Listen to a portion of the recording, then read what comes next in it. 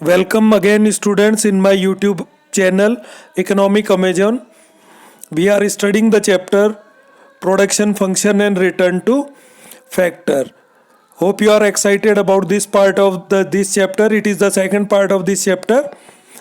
In first part, we studied about the production in short run and long run, the vital differences between the short run and long run.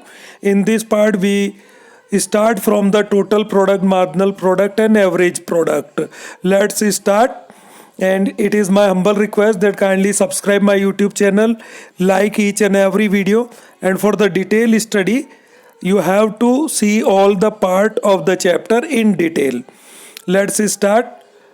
First of all, total product. What is total product? It is the sum total of all the product produced by all the variable factor जो भी unit आप लगाते हैं, तो total production होता है.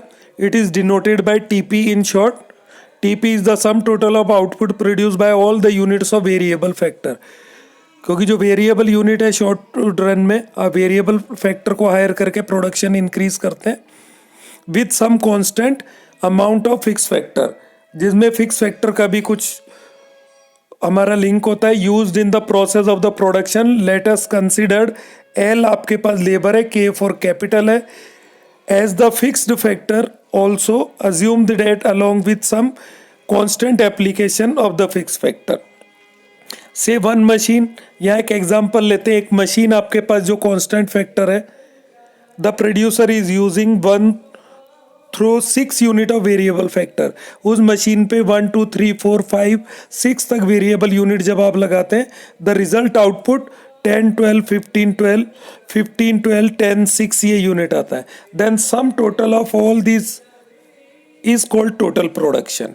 ठीक, तो ये टोटल प्रोडक्शन है. यहाँ अगर आप इनका सम टोटल करेंगे then you will get 65 unit of commodity. So TP क्या हो जाता है? TP is the sum total of output of each unit of variable factor used in the process of production. This is also called total return of the variable factor. ठीक. Second अपने पास आता है marginal production. जहां marginal शब्द आ गया, it is additional production. When a producer hire one more variable factor then total change in total production is called marginal production. ठीक, जैसे 5 यूनिट अगर लेबर का लगा हुआ है, 5th यूनिट पे आपका प्रोडक्शन है 20, 6 यूनिट लगाने पे ये 25 होता है, देन मार्जिनल प्रोडक्ट इज 5. इन दोनों का डिफरेंस होगा. It is denoted by MP in short. MP refer to the change in TP when one more unit of the variable factor is used. जब एक वेरिएबल फैक्टर ज़्यादा लगाते हैं, जो additional production होता है मार्जिनल है. Example, if output is increase from 40 to 45 unit when the output input in the labour is increase 5 to 6. 5 से 6 लेबर लगाने पे अगर आपका प्रोडक्शन 40 से 45 हो जाता है, then marginal product is difference between them 5 हो जाएगा. बॉक्स में देखते हैं, note the synonyms. MP marginal product is also called MPP, marginal physical product. It is another name, तो याद रखिएगा. सेकंड, AP एवरेज प्रोडक्ट होता है, is also called APP, average physical product होता है. ये अभी एवरेज प्रोडक्ट को इसके नीचे पढ़ेंगे. TP को TPP, टोटल फिजिकल प्रोडक्ट भी बोला जाता है. I already explain in the first part कि प्रोडक्शन फंक्शन क्या है. It is the physical relation between input and output, because in this chapter we will not discuss about any cost. ये loss या profit की बात नहीं करेंगे. Marginal product, if you want to calculate MP then you can use this formula. MPN is equal to TPN minus TPN minus 1. मतलब अगर आपको किसी पर्टिकुलर लेबर यूनिट पे TP MP कैलकुलेट करना है, तो उसका टोटल प्रोडक्शन लास्ट वाली जो लेबर की यूनिट है उस टोटल प्रोडक्शन में से माइनस करना है. It is also denoted by this formula, but generally आप इसी को याद रख लें. फोकस जोन में MP refer to the change in TP when one more unit of the variable factor is hired. जब वन वेरिएबल फैक्टर आप hire करते हैं तो MP TP में होने वाला चेंज है. Fix factor remain constant. TP is the sum total of MP corresponding to each unit of variable factor. Now come to the AP, average product आपको निकालना है. Then AP is equal to TP upon L. total product is divided by unit of labor in order to get the average product. It is very simple. Example TP40 आपके पास कब है, जब 5 unit of labour आपने लगाया तो average product क्या हो जाएगा 40/5 is equal to 8. It is very simple to calculate. AP refer to the physical output per unit of the variable factor used in the process of production. Next page, illustration AP, MP, TP, how you can calculate. Here it is a schedule. Kindly see it carefully. First column, labor 1 to 7 is hired. Total product 50, 90, 120, 140, 150. अब आप इसको कैसे लेंगे? जब आपको अपना schedule बनाना रहता है, जो टोटल प्रोडक्शन है first of all it will increase. पहले 50 था, 50 में हमने 40 ऐड किया 90, अब 90 में हमने फिर 30 ऐड किया. तो इसको घटते क्रम में आप, क्योंकि आपको पता है टीपी कैसे इंक्रीज होता है, पहले वो उसी पैटर्न से इसको लेना पड़ेगा. आपने 40 ऐड किया, फिर 30 ऐड किया, फिर 20 ऐड किया, फिर 10 ऐड किया. उसके बाद आप कांस्टेंट हो जाएंगे 0, फिर उसके बाद वापस आप बढ़ाने लगेंगे. ठीक, ये पैटर्न आपको याद रखना है. एवरेज प्रोडक्ट आप लेबर से डिवाइड लगाएं, 50 डिवाइडेड बाय 1 तो एपी कैलकुलेट हो जाएगा आपके पास. मार्जिनल प्रोडक्ट आपको माइनस करना है सिर्फ. फर्स्ट ऑफ ऑल 50 माइनस 0, क्योंकि 0 लेबर पे आपके पास टोटल प्रोडक्शन भी 0 होगा. फिर 90 माइनस 50, 120 माइनस 90, 140. तो इस तरीके से आपका एमपी क्या होगा, स्टार्टिंग में ये कम होगा और कम होने के बाद ये मिनिमम पे जाता है 0, फिर ये वापस बढ़ने लगता है, मतलब नेगेटिव होने लगता है एमपी.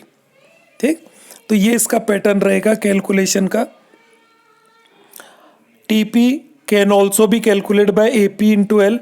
अगर आपको एपी एवरेज प्रोडक्ट दिया गया है एंड टीपी वाला कॉलम आपके पास खाली है, then you can multiply AP and unit of labor in order to get the total product.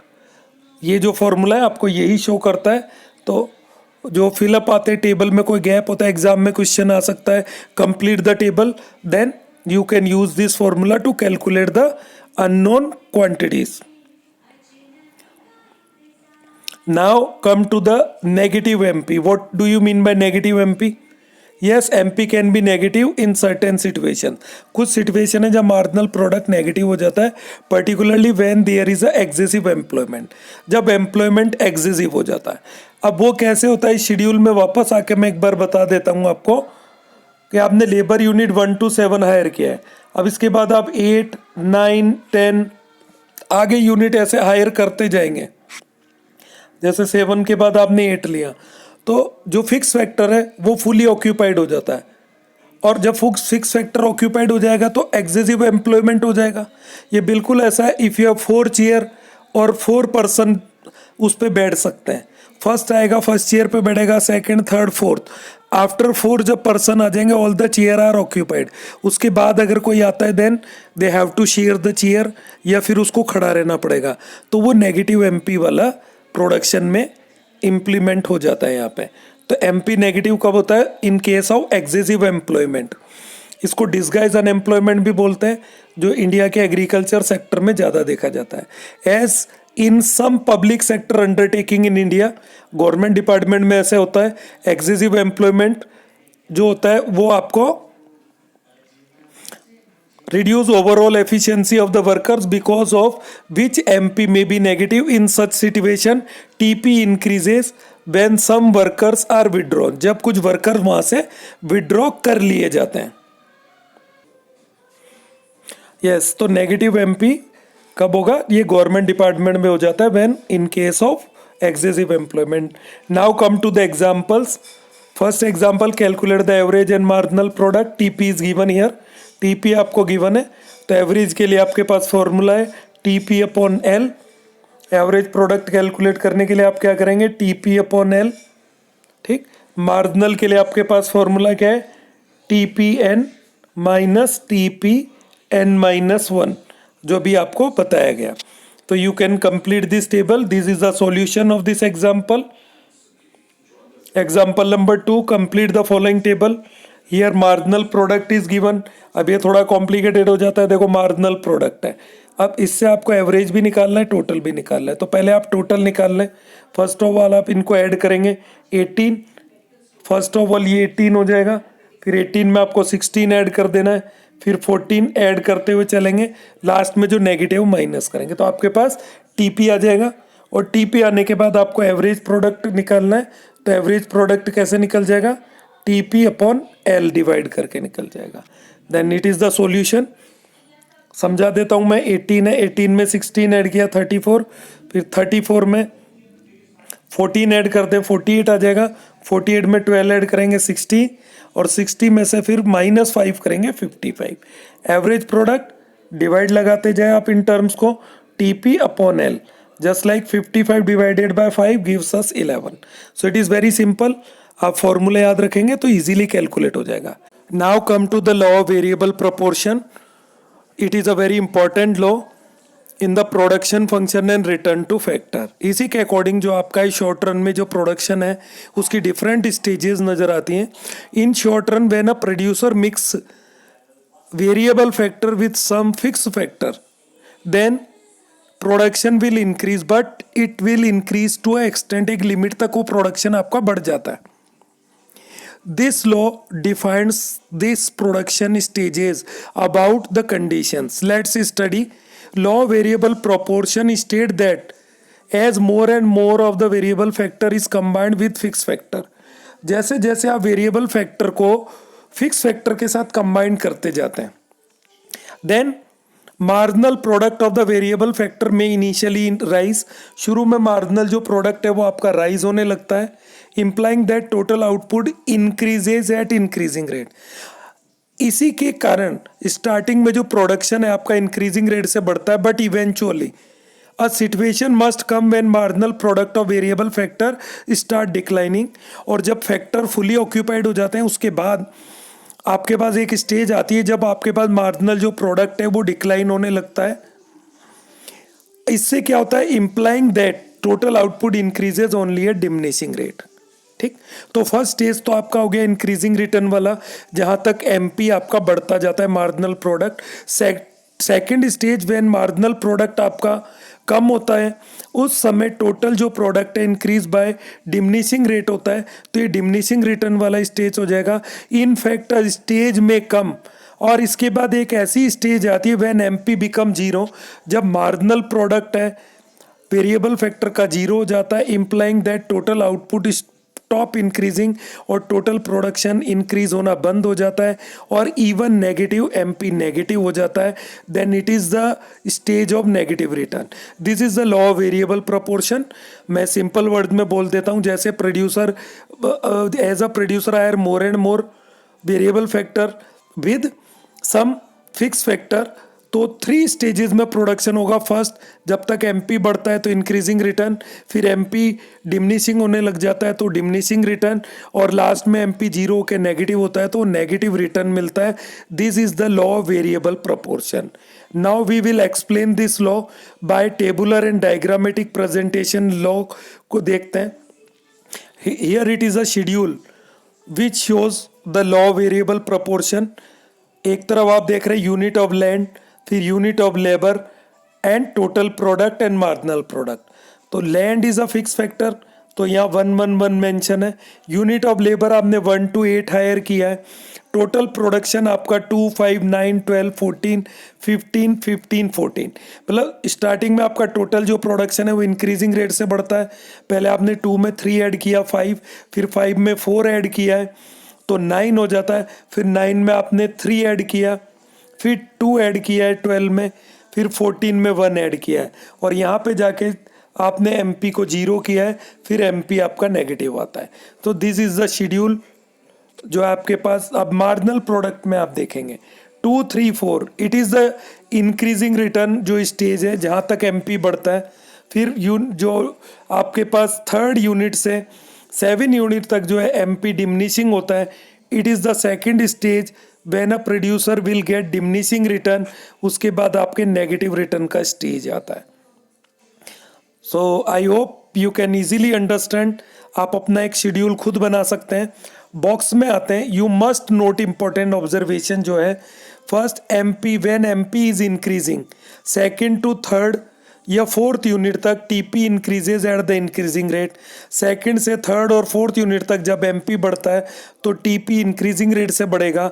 When MP is decreasing, fourth से 4 to 3 to 2 to 1 जब होता है टीपी इंक्रीजेज, डिमिनिशिंग रेट है सेकंड स्टेज। और थर्ड व्हेन एमपी जीरो होता है तो TP maximum होने के बाद वो डिक्लाइन होने लगता है, नेगेटिव रिटर्न वाला स्टेज स्टार्ट हो जाता है। नाउ डायग्रामेटिक इलिस्ट्रेशन, आप यहाँ डायग्राम देख पा रहे हैं अच्छे से। फर्स्ट जो स्टेज है यहाँ पे ओ से के तक जो है आपका कौन सा स्टेज है, फर्स्ट स्टेज आता है ओ से के तक का, इट इज इंक्रीजिंग रिटर्न जब एमपी बढ़ता है। फिर पॉइंट के आता है, it is called point of inflection. इसके बाद टीपी आपका डिमिनिशिंग रेट से बढ़ना स्टार्ट होता है के से लेके टी तक, और इस स्टेज में आपका जो एमपी है वो डिमिनिशिंग होने लगता है। एट पॉइंट टीपी मैक्सिमम होता है, यहाँ पे एमपी आपका जीरो हो जाएगा और इसके बाद नेगेटिव रिटर्न जो है वो आपके थर्ड स्टेज स्टार्ट हो जाएगी। तो it is a first stage, second stage और थर्ड स्टेज जो है according to the law variable proportion. अब आप इसको एमपी के साथ कंबाइन करके देखते हैं। Now you are seeing MP जो ग्राफ है नीचे ब्लू लाइन में, पॉइंट जो ई तक है आपके एमपी बढ़ता है, जो पॉइंट के पे मैच होता है point of inflection, it is the first stage जब तक आपको टीपी इंक्रीजिंग रेट से बढ़ेगा क्योंकि एमपी इंक्रीज हो रहा है। ई पॉइंट के बाद एमपी डिमिनिशिंग डिक्लाइन होना स्टार्ट होता है और ये सेकंड स्टेज होता है जो के से लेके टी तक है टीपी में। यहाँ टीपी डिमिनिशिंग रेट से बढ़ेगा और पॉइंट एस जब एमपी आपका जीरो होता है तो टीपी मैक्सिमम होता है टी पॉइंट पे, ऊपर आप देख रहे हैं। और इसके बाद जब एमपी नेगेटिव होता है तो टीपी डिक्लाइन होना, कम होना स्टार्ट हो जाता है। तो increasing return, diminishing return, negative return, ये तीनों स्टेज यहाँ पे आपने क्लियरली ऑब्जर्व किया है। I hope you are understanding. बहुत अच्छा इंपॉर्टेंट लॉ है। You can ask your problem. Point of inflection आप बॉक्स में आते हैं, इसको थोड़ा सा हम समझ लेते हैं क्या है। It is a point from where slope of TP changes. यहाँ टीपी का स्लोप चेंज होता है, इंक्रीजिंग रेट से डिमिनिशिंग रेट पे आता है। TP has been increasing at the increasing rate from this point onwards, TP increases but only at the diminishing rate. It is a point which coincide with the end of the first stage. ये first stage का end होता है और second stage की शुरुआत यहाँ पे होती है। Now come to the some observation जो हमने यहाँ डायग्राम से लिए। फर्स्ट अपने पास आता है MP tend to rise till OL unit of labour are use. जो डायग्राम में हमने ओएल यूनिट यूज़ किया था वहाँ तक आपके एमपी जो है टेंड टू राइज। डायग्राम में देख लेते हैं। ओएल यूनिट आपका फर्स्ट है, यहाँ पे ये ओएल यूनिट तक है। फिर एल से एस यूनिट जो लेबर का है यहाँ पे एमपी डिमिनिशिंग होता है और इसके बाद अगर आप एस के बाद आगे हायर करते हैं तो ये नेगेटिव हो जाता है। ठीक, तो OL unit of labour are use this corresponding to point E on the MP curve. This is a situation of increasing return. Second आता है when MP is rising TP tend to increase at increasing rate. This occur till point K on the TP curve जो diagram में आपने देखा था। Third है beyond OL unit of labour MP tend to decline। OL unit के बाद आपका MP decline होना स्टार्ट होता है and TP increases only at diminishing rate. ठीक, तो ये आपका सेकेंड स्टेज होता है जब TP डिमिनिशिंग रेट से इंक्रीज होता है। Number 4 point when employment of labour exceed OS, जब OS के बाद भी एम्प्लॉयमेंट आप लेबर हायर करते हैं MP बिकम नेगेटिव और TP स्टार्ट डिक्लाइनिंग हो जाता है। नाउ जो इंपॉर्टेंट क्वेश्चन है causes of increasing return to the factor. First stage में जो इंक्रीजिंग रिटर्न मिलते हैं उसके कॉजेज क्या है, it is really very important question. First इस केस में आपका अपना जो पॉइंट आता है fuller utilization of fix factor. जब प्रोडक्शन स्टार्ट होता है as a producer start hiring more and more variable factor with some fix factor, तो क्या होता है फुलर यूटिलाइजेशन जब तक फिक्स फैक्टर का नहीं होगा तब तक आपको इंक्रीजिंग रिटर्न मिलेंगे। It is the first cause of increasing return in the initial stage fix factor remains under utilize, fix factor under utilize रहते हैं. Its fuller utilization calls for greater application of the variable factor, क्योंकि variable factor पे depend है आपका production को increase करना. Example दे देता हूँ, जैसे कोई शॉप नई स्टार्ट हुई है, कोई रेस्टोरेंट है, वो समोसा कचौरी बनाता है, तो स्टार्टिंग में उसके पास कस्टमर नहीं होते, पर उन्होंने एक पूरा प्लान इंस्टॉल किया होता है with the capacity to produce 200 samosas per day या 500. अब उन्हें लेबर हायर की है समोसा बनाने के लिए जो भी है, बट स्टार्टिंग में कस्टमर जब उसके पास आते नहीं हैं तो वो जो उसकी लेबर है वो आइडल बैठी रहती है. सुबह थोड़े से बना दिए, जब तक वो बिकते हैं फिर दिन में बनाता है, बाकी वो दिन भर अपने मोबाइल पे खेलेंगे, कुछ भी करेंगे. But as the demand increases, जब उसकी डिमांड इंक्रीज होती जाती है तो वो जो लेबर है वो आइडल बैठने की जगह दिन भर काम पे लगेगी. अब जब वो अपनी मैक्सिमम कैपेसिटी 500 समोसा पे पहुंचता है तो फुल डे लेबर ऑक्यूपाइड रहेगी. वो उसका फर्स्ट स्टेज में इंक्रीजिंग रिटर्न मिलना स्टार्ट रहेगा जैसे जैसे डिमांड होगी. तो ये फुलर यूटिलाइजेशन है. जब लेबर फुल यूटिलाइज हो जाती है तो फर्स्ट स्टेज का एंड होता है. तो यही आपके फुलर यूटिलाइजेशन जो है फिक्स फैक्टर का कारण बनता है इंक्रीजिंग रिटर्न के लिए. Hence initially so long as fix factor remain under utilize, additional unit of the variable factor add more and more total output.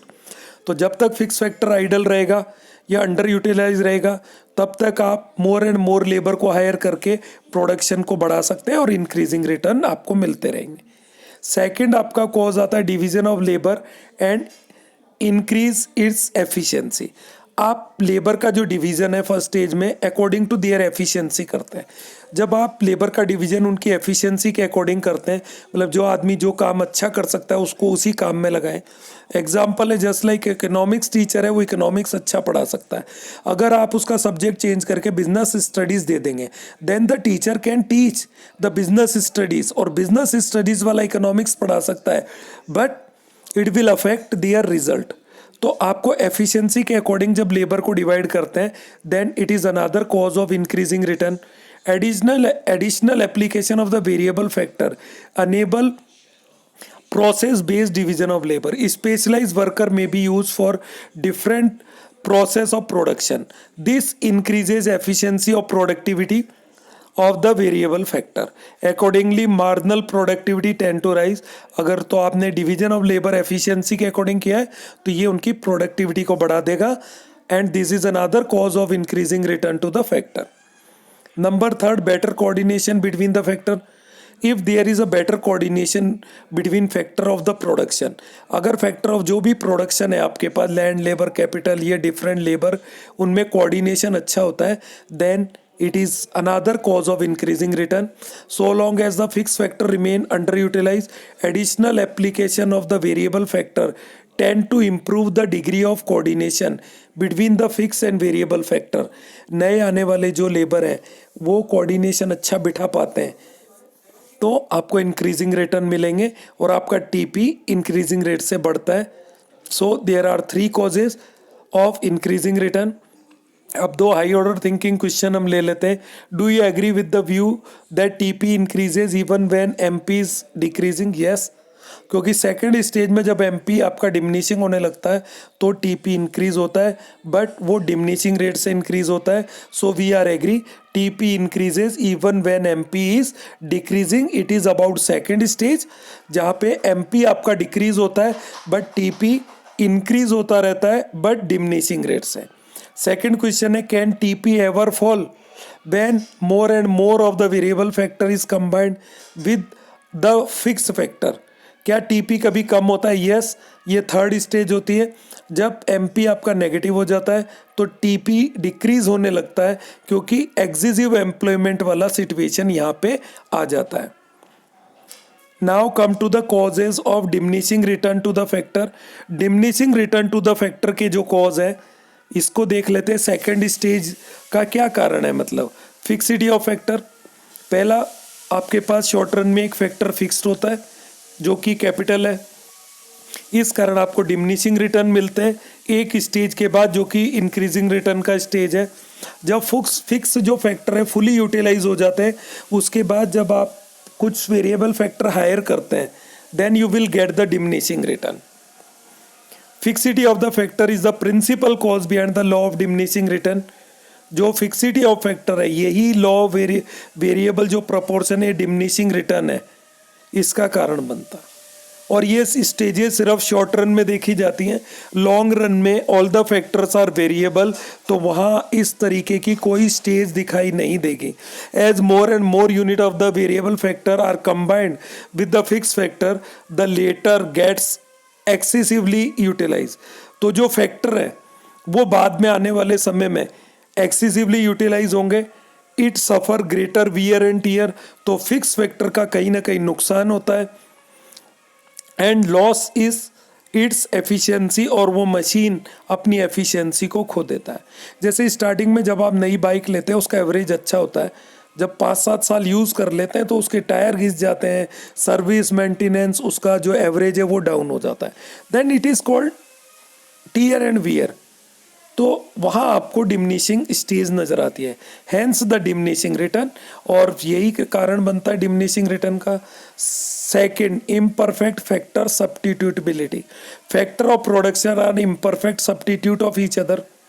जो फैक्टर है, जो लेबर आप हायर करते हैं one after other, they are not perfect substitute, क्योंकि सभी की capacity efficiency अलग होती है। More and more of the labour can not be continuously used in place of capital. आप कैपिटल की जगह लेबर को यूज करके प्रोडक्शन नहीं बढ़ा सकते। Accordingly diminishing return are bound to set in if only the variable factor is increase to increase output. So यहाँ एक बाउंडेशन हो जाती है कि जब आप बार बार वेरिएबल फैक्टर को इंक्रीज करते हैं in order to increase the production, तो वो फैक्टर सब्स्टिट्यूटेबिलिटी इम्परफेक्ट होती है, तो आपको डिमिनिशिंग रिटर्न मिलने लगता है। Number third, poor coordination between the worker. Increasing application of the variable factor eventually disturb the ideal factor ratio.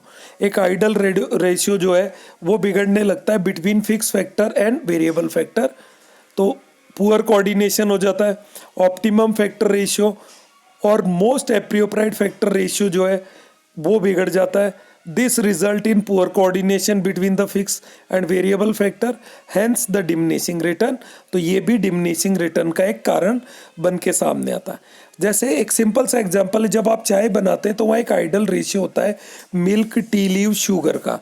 But जब ये आइडल रेशियो बिगड़ता है, जब ये आइडल रेशियो बिगड़ने लगता है तो जो प्रोडक्शन है, जो चाय बनेगी वो एक अच्छी नहीं चाय बन पाएगी। तो हमें एक अच्छे प्रोडक्शन के लिए आइडल रेशियो चाहिए, बट पुअर कोऑर्डिनेशन जो होता है ये इसको बिगाड़ देता है और डिमिनिशिंग रिटर्न होता है। So these are the causes of diminishing return. Now come to the assumption of law. इस लॉ के लिए कुछ इंपॉर्टेंट अजम्पशंस हैं अपने पास। फर्स्ट जो है, ratio in which factor of production are combined can be change. जिस रेशियो में आप फिक्स फैक्टर और वेरिएबल फैक्टर को हायर करते हैं ये रेशियो चेंजेबल है, आप कभी भी इनको चेंज कर सकते हैं। Second, unit of the variable factor are homogeneous और इक्वली एफिशिएंट। एक्चुअली जो यूनिट है वेरिएबल फैक्टर की वो होमोजीनियस हो नहीं सकती, बिकॉज सभी की एफिशिएंसी अलग होती है। बट यहाँ अजम्पशन में लिया गया है कि जो वेरिएबल फैक्टर हैं वो होमोजीनियस होंगे with equal efficiency and are increase 1 by 1, उनको 1 by 1 एक एक यूनिट करके इंक्रीज किया जाएगा। Thus the law of diminishing return sets is not because latter unit of the variable factor are less efficient. यहाँ मैं समझा देता हूँ, जो आपके पास जो डिफरेंट स्टेजेस आती हैं प्रोडक्शन के, it is not due to the efficiency of the labour, क्योंकि एजम्पशन में आपने सभी की एफिशिएंसी को इक्वल मान लिया है। इसका कारण क्या होता है? It sets in because the ideal factor ratio is disturbed, क्योंकि आइडल फैक्टर रेशियो जो है वो डिस्टर्ब हो जाता है। इस कारण से वो जो डिफरेंट स्टेजेस हैं प्रोडक्शन की वो दिखाई देती है, क्योंकि आपने अजम्पशन में सभी की एफिशिएंसी को इक्वल मान लिया है। The availability of the fix factor reduce per unit of the variable factor, क्योंकि जैसे आप ज़्यादा लेबर हायर करते हैं तो पर यूनिट जो फिक्स फैक्टर है उसकी कमी होने लगती है। ठीक। नंबर थर्ड है, state of technology does not change. यहाँ पे जो स्टेट ऑफ टेक्नोलॉजी है वो कांस्टेंट रहेगा, ये भी इम्पॉर्टेंट अजम्पशन है। तो लॉ वेरिएबल प्रोपोर्शन के लिए 3 आपके पास बेसिक अजम्पशन है। पहला, जिस रेशियो में आपने फैक्टर वेरिएबल और फिक्स को मिक्स किया वो चेंज हो सकते हैं। दूसरा, होमोजीनियस एफिशिएंसी रहेगी लेबर की, और जो डिफरेंट स्टेजेस हैं वो इनएफिशिएंसी के कारण दिखाई नहीं देती, वो आइडल रेशियो के डिस्टर्ब होने के कारण दिखाई देंगी। थर्ड, टेक्नोलॉजी का जो स्टेज है वो आपका नॉट चेंज, वो कांस्टेंट रहेगा। ठीक, तो अब हमने पास 3 स्टेजेस हो गई फोकस जोन में। आप देख लें, फर्स्ट, व्हेन एमपी इंक्रीजेस, इसको इंक्रीजिंग रिटर्न बोला जाता है। दूसरा, व्हेन एमपी डिमिनिशिंग, ये डिमिनिशिंग रिटर्न होगा, और जब एमपी नेगेटिव होगा स्टेज ऑफ नेगेटिव रिटर्न ये होगा। अब significance of the stage of production क्या है? Will you stop in stage 1 of the production? क्या प्रोड्यूसर अपना प्रोडक्शन फर्स्ट स्टेज में रोक दे? नो, फर्स्ट स्टेज में कोई भी प्रोड्यूसर अपना प्रोडक्शन नहीं रोकेगा।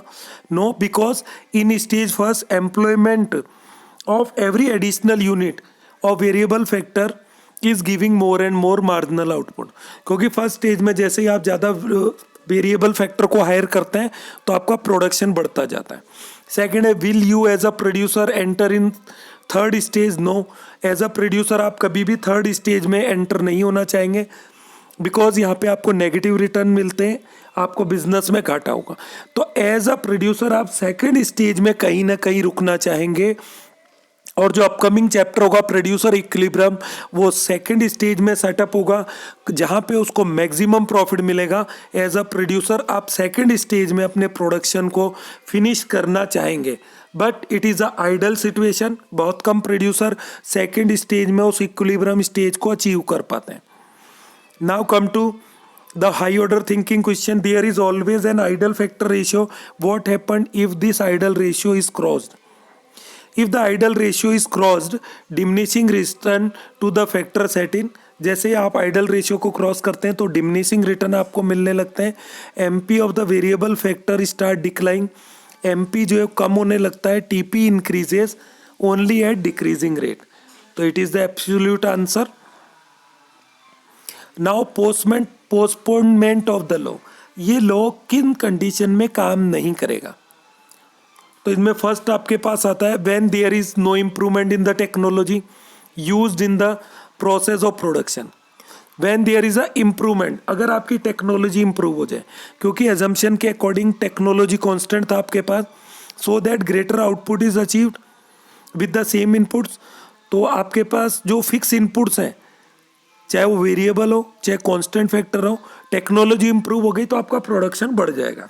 तो यहाँ ये लॉ पोस्टपोन्ड हो जाएगा, ये लॉ काम नहीं करेगा। Second, when some substitute of fix factor is discovered, आपने अगर शॉर्ट रन में फिक्स फैक्टर के कुछ सब्स्टिट्यूट डिस्कवर कर लिए तो भी ये लॉ काम नहीं करेगा। So that the constant of the fix factor is removed, तो जो फिक्स फैक्टर है वही कंडीशन रिमूव हो गई।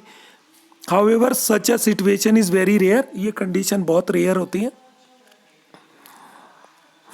Now next page, shape of TP, MP and AP, इनका जो बिहेवियर रहता है, इनका शेप कैसा आने वाला है। अनादर एक आपके पास शेड्यूल है, यूनिट ऑफ जो लैंड है फिक्स फैक्टर है, इसको आपने 1 यहाँ लिया है। Unit of variable factor 0 to 8 variate किया है। एमपी आपने उसी पैटर्न पे लिया है, शुरू में ये कम होगा, जैसे 6 है, 6 में आपने 8 ऐड किया 14, फिर 14 में आपने 6 ऐड कर दिया, नहीं अगेन 6 में 6 से 14 हुआ है, इसका मतलब कितना ऐड किया था हमने 8, फिर 14 से 28 जाने के लिए आपने 10 ऐड किया बढ़ा के, फिर उसके बाद आपने आगे इसी पैटर्न से चले, फिर 0 किया और नेगेटिव किया। तो ये एमपी का पैटर्न होगा। कैसे? शुरू में बढ़ता है, फिर ये 0 होता है और फिर कम होता है। ठीक, टीपी आपका इसी पैटर्न पे आप ऐड कर लेंगे, पहले 0, 6 में 14 ऐड करते ये 20 आता है, 14 में 28 ऐड करेंगे 48, फिर ऐसे आप ऐड करते जाएंगे तो आपको 80 तक जाएगा। एपी टीपी अपॉन एल से आपने कैलकुलेट किया है। अब आप इनके शेप पे गौर करें, जो डायग्रामेटिक प्रेजेंटेशन है। आप पहले टीपी को देखेंगे, टीपी शुरू में क्या होगा, इंक्रीजिंग रेट से बढ़ेगा, फिर डिमिनिशिंग रेट होगा, फिर ये कम होने लगेगा, जैसा शेड्यूल से क्लियर है। तो इसका डायग्राम कैसा आएगा, ये इंक्रीजिंग, फिर डिमिनिशिंग और फिर नेगेटिव आ जाएगा। ठीक, अब आप एमपी पे चलते हैं। तो एमपी क्या होता है, जब तक आपके पास इंक्रीजिंग रिटर्न मिलते हैं, ये के पॉइंट तक आपका एमपी बढ़ता है, उसके बाद डिमिनिशिंग रेट जब तक डिमिनिशिंग जो सेकंड स्टेज आता है तब तक एमपी आपका कम होता है और ये जीरो हो जाता है। और जब एमपी नेगेटिव होगा तो टीपी डिक्लाइन होने लगेगा। ये डायग्राम में आप देख पा रहे हैं।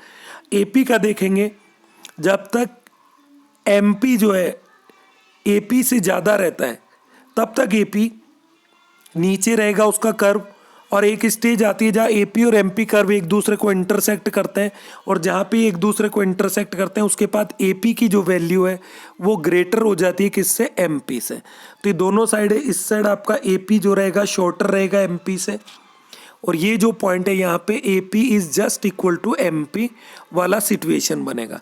So this is the shape of different curves TP, AP, MP. आप डायग्राम को स्टडी कर सकते हैं कभी भी स्क्रीन को पॉज करके। नेक्स्ट ऑब्जर्वेशन रिलेटेड, ऑब्जर्वेशन जो है relation between TP and MP. Yes, जो आपने डायग्राम देखा है इसमें रिलेशन सेटअप होता है किस किस में, relation between TP and MP अभी आप देखते हैं। तो पहला क्या था, फर्स्ट रिलेशन आता है so long as MP increases, जब तक एमपी इंक्रीज होता है TP increases at increasing rate. तो टीपी इंक्रीजिंग रेट तक बढ़ता रहेगा, ये पॉइंट ऑफ इन्फ्लेक्शन तक जाता है। ये स्टेज आपके पास कहाँ आती है, एक बार डायग्राम में मैं आपको दोबारा दिखा देता हूँ। ये स्टेज आप देख पा रहे हैं, ये वाली है, जब तक एमपी बढ़ता है टीपी इंक्रीजिंग रेट से बढ़ता है। सेकंड स्टेज एमपी जब कम होने लगता है तब तक डिमिनिशिंग रेट से टीपी बढ़ेगा, और जब एमपी नेगेटिव होगा टीपी डिक्लाइन होगा। तो सेकंड है व्हेन एमपी स्टार्ट डिमिनिशिंग, दूसरा रिलेशन है TP increases only at diminishing rate. तो टीपी डिमिनिशिंग रेट से इंक्रीज होगा, it is the second relation. आप सिर्फ ये रेड कलर वाला लाइन याद रखिए।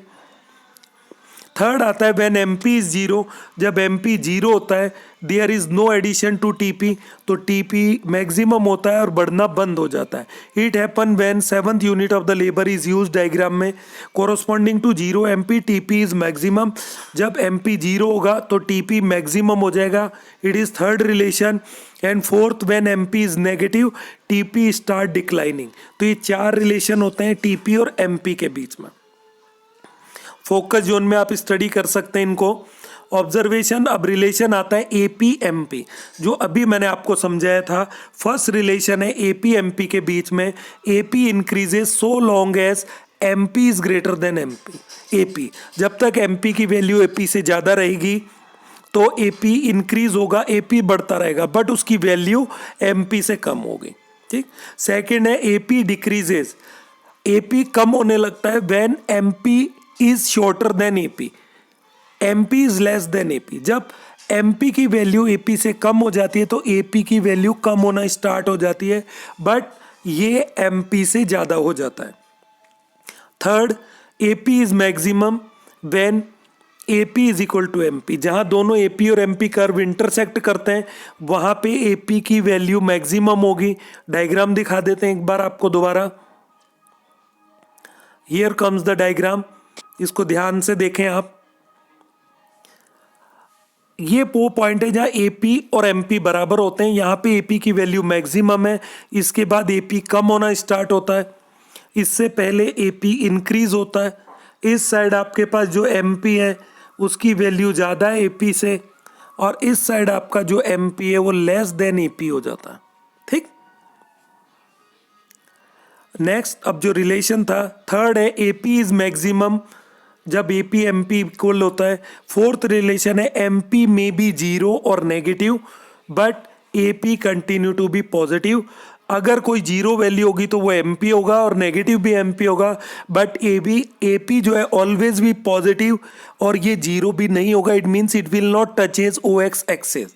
This is the end of this chapter. Students, hope you are enjoying with me. Kindly subscribe my YouTube channel. It is my humble request. Share it with your friends and relative. Now we will see in the next new chapter, upcoming chapter.